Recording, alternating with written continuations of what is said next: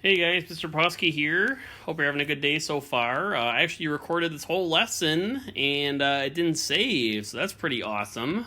Pretty excited about that. Um, but we're gonna go through it again and make sure you guys know what you're doing. So hope you guys are doing well, and I'm gonna make sure I go nice and slow, even though I'm like we'll be good. We'll be good. So we're doing 10.3 today, which is essentially our name of the lesson. Ready? 1, 2, 3. Apply properties of chords. Essential question. Ready? 1, 2, 3. How do we use relationships between chords of circles to solve problems? All right. So we were working with circles this whole chapter, properties of circles and stuff. And so a chord. I'm gonna draw a circle over here. A chord, if you recall, it goes from two endpoints of a circle, or it's a segment that's on the circle, two endpoints like that. So right here, this is a chord where the ends of the line end on the circle. That's different in comparison to something like this, where it goes past the circle. What's that called when it goes past the circle? Hopefully you said that's a secant. This also touches the circle at 2 points, but a secant goes farther. It goes past the circle, whereas a chord ends on the circle. Okay? So properties of chords today. So, it says theorem 10.3. So basically this theorem is saying we have two minor arcs are congruent if and only if their corresponding chords are congruent. Okay, well, these arcs are going to be congruent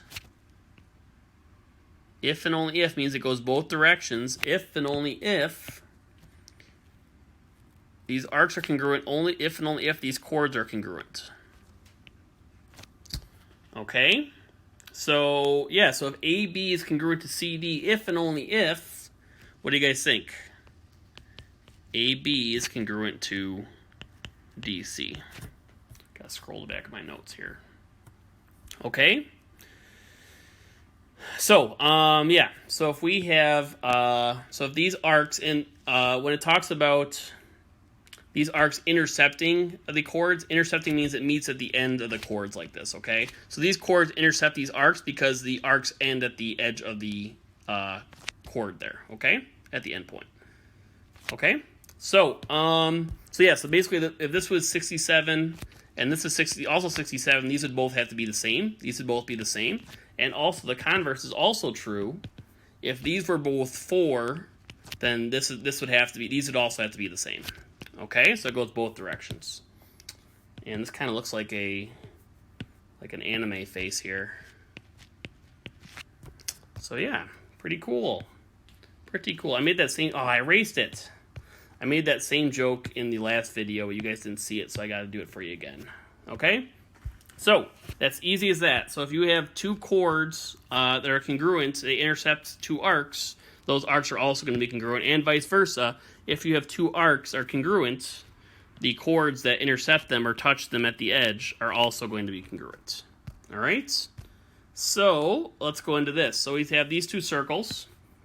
It says that circle A is congruent to circle D, and the way they showed that is by this. How can we tell these circles are congruent here? They showed it by this. Two congruent circles have the same what? The same radius. This radius and this radius are going to be the same. That's how we know they're congruent circles. But we also know that BC right here is congruent to EF right here, which means if this is 125, what's this also going to be over here? 125 degrees. So measure of arc BC is going to equal 125 degrees. Now, is that a minor arc or a major arc, and how can you tell? Okay, hopefully you said minor arc, but there's two ways you can tell this. What is one way you can tell these are minor arcs? It's by looking at these letters right here. How many letters should you have for a minor arc? You should only have 2, and how many do we have here? We have 2, so this is a minor arc. And then what are these degrees here? What minor arcs are less than how many degrees? Less than 180 degrees. 125 less than 180 degrees? That means we are correct in that this is going to be a minor arc. Okay, next. So if one chord is a perpendicular bisector of another chord, then the first chord is a diameter. So if this chord is a perpendicular bisector, which means it divides that length, the other chord, into two congruent parts at a right angle, that means the first chord is a diameter. So that means that we can say that, sorry, my notes here, QS is the diameter. And the converse is also true. If we know it's a diameter, and it meets at a right angle with the other chord, we know that it's going to make these two congruent. It's going to make both. Actually, it's going to make, wait 1 second here. So one thing I forgot to mention in the first one here, if this diameter meets at a right angle to this chord, it's going to divide these chords into two congruent parts, and also these arcs are also going to be congruent, okay? Shoot. All right, so if EG is a diameter and it meets at a right angle, it's perpendicular to EG and DF, then HD is congruent to HF. These are congruent. And also, these arcs right here are going to be congruent. So we can say that GD, that arc, is congruent to GF. Okay, hopefully that makes sense. So basically, if you have a diameter meeting at a right angle, it's going to divide the chord it intercepts at a right angle into two congruent parts, and also these arcs are also going to be congruent. Okay? So, example 2. All right, so we know that use a diagram of circle E to find the length of BD. Well, it looks like this is a diameter because it meets at right through the center of the circle. Meets through the center of the circle at a right angle. At a right angle, okay? So what that means, if it meets at a right angle and it goes through the center of a circle, it divides these into two congruent parts. So if this is 6, what is this going to be over here? It's also going to be 6. Let me zoom in a little bit over there. If this is 6 right here, this is also going to be 6 over here. So we can say that because FD equals 6, that means that also FB equals 6, which means we're not looking for, what are we looking for? We're looking for BD. Well, BD is this entire length right here. That was really bad. We're looking for BD, which is this entire length right here. So what is 6 plus 6 going to be? It is going to be 12. So we can say that BD is going to equal 12. And the numbers of the theorems are not really important, but we use theorem 10.5. That was really bad. 10.5. Okay? And now, going a little bit different. So, next thing we are saying for the other part of this example is that BD is 90. They're saying this right here is 90. This is 90. Okay?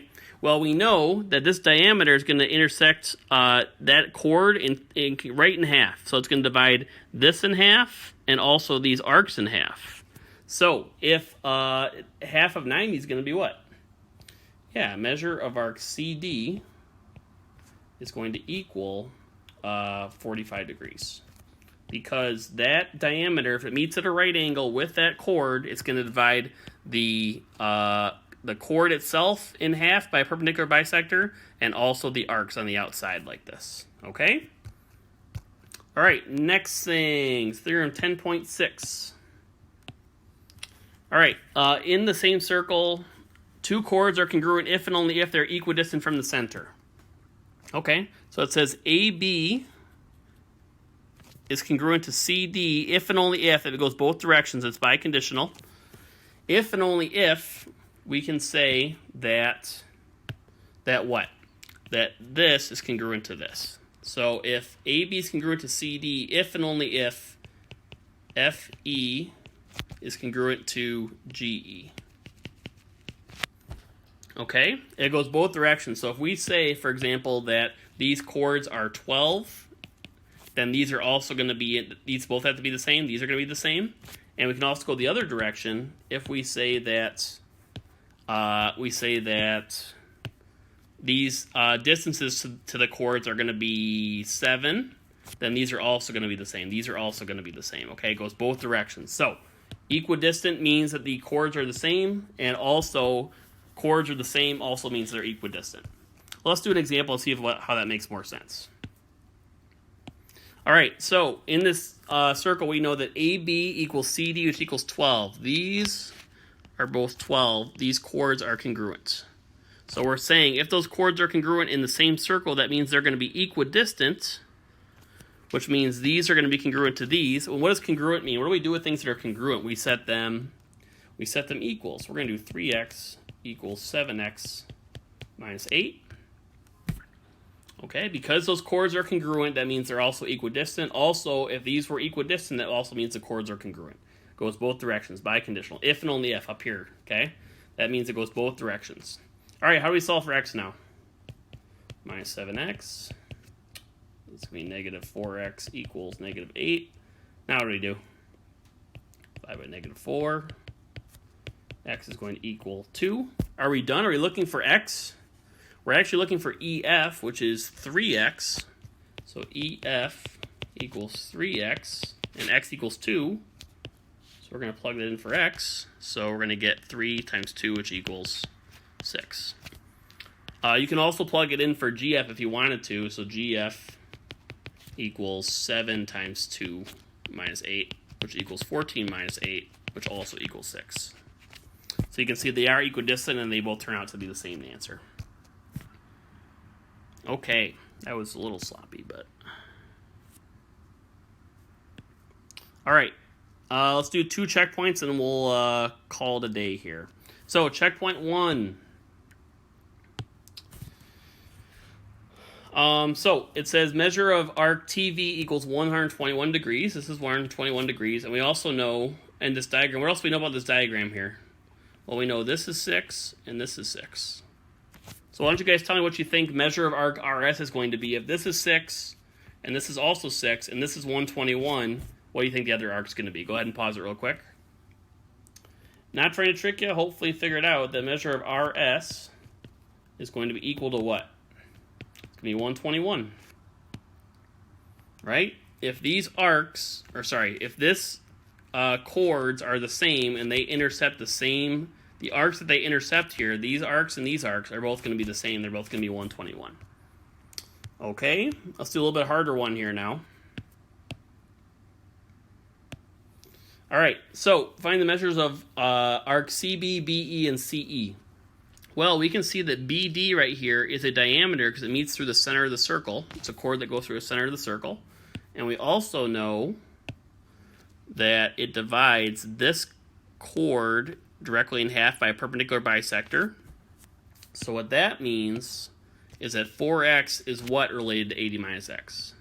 It's going to be equal because if this is a perpendicular bisector here, it's going to divide make these congruent, and also these are going to be congruent. Okay, we don't really put tick marks on arcs, but that's okay. So we're going to do 4x is going to equal 80 minus x. Now what? Add x. 5x equals 80. How do we solve for x now? 5 by 5. X is equals 16. Are we done? Are we looking for x? We're actually looking for a few things here, so let's keep going. So we're looking for CB. Well, CB right here is 4x, so we have CB equals 4x, and we saw x is 16. So 4 times 16 equals 64. And we also know that BE is 80 minus x. What should BE, without doing any math, what should BE be equal to? If this is 64, what should the other one be equal to? Should also be equal to 64. Let's find out if that's true here. So we're going to do BE is going to equal 80 minus 16, which equals 64 degrees. And then the last thing, CE, I use kind of the same color that it's kind of hard to read. CE is going to be this entire distance right here. Well, if this is 64 and this is 64, what's that entire distance going to be? 64 plus 64 is going to equal 128. So we can say measure of arc CE is going to equal 128. All right. Hopefully that makes sense. We're not going to do example 3 or checkpoint 3 because that one's kind of clunky. So yeah, hopefully that makes good sense. Basically, you're going to be setting stuff equal. You're going to be setting stuff equal a lot here. So yeah, don't overthink this. A lot of the theorems are kind of confusing. There's my anime guy up there. And Josh, they're not cartoons. It's anime. Okay, so yeah, so I hope you guys have a good day. Hopefully this video records so I don't have to do it again. But thank you guys for watching. If you have questions, make sure you turn in your homework in the first 2 days that it's assigned so I can give you feedback. Otherwise, it's due for points by the time the mini quiz is given, which is going to be probably next Monday for you guys, okay? Thanks for watching. Hopefully we'll talk soon.